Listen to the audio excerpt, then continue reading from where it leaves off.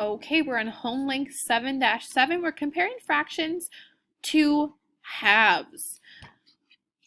So today we're going to use the greater than, less than, or equal sign.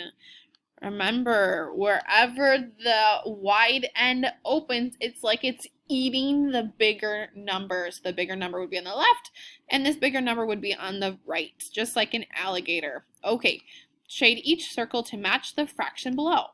Well, this fraction says 1/2, and let's see, yep, 1 part out of 2 was shaded in, so 1/2. Go ahead, try 2/3.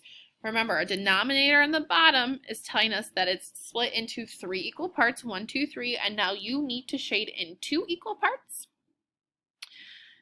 The next one is shade in 3/6 to show our fraction. Well, there's 1, 2, 3, 4, 5, 6 parts.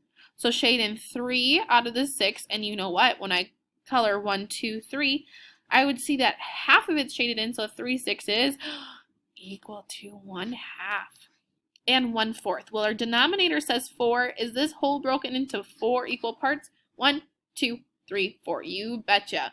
So now we need to shade in 1 part out of the 4 to make 1/4. Great. Now it says look at the shaded parts of the circles. Write the fraction above that is less than 1/2. Key word is less than. It means which one's smaller than 1/2. Well, this is half, so look at your shading. Is there any one that you shaded that was smaller than this half? Put the fraction below that's less than, that's smaller than 1/2. For number 5, it says write the fraction above that is equal to 1/2. So what is colored in the same as this half fraction? And I actually gave it away before.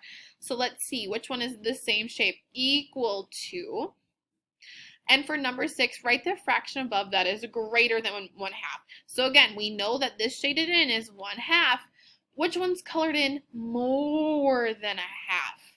These are all strategies that you can do during your math checkup or in the future when working with fractions so that you have a visual so you can see which one has more or less or is equal to. And then number 7, it says draw the less than, greater than, or equal sign to make this sentence true. You may draw a picture to help. So is 3/4 greater than, less than, or equal to 1/4? Remember, your open part is either going to eat the fraction. You can even draw teeth on it. Which one's the bigger part?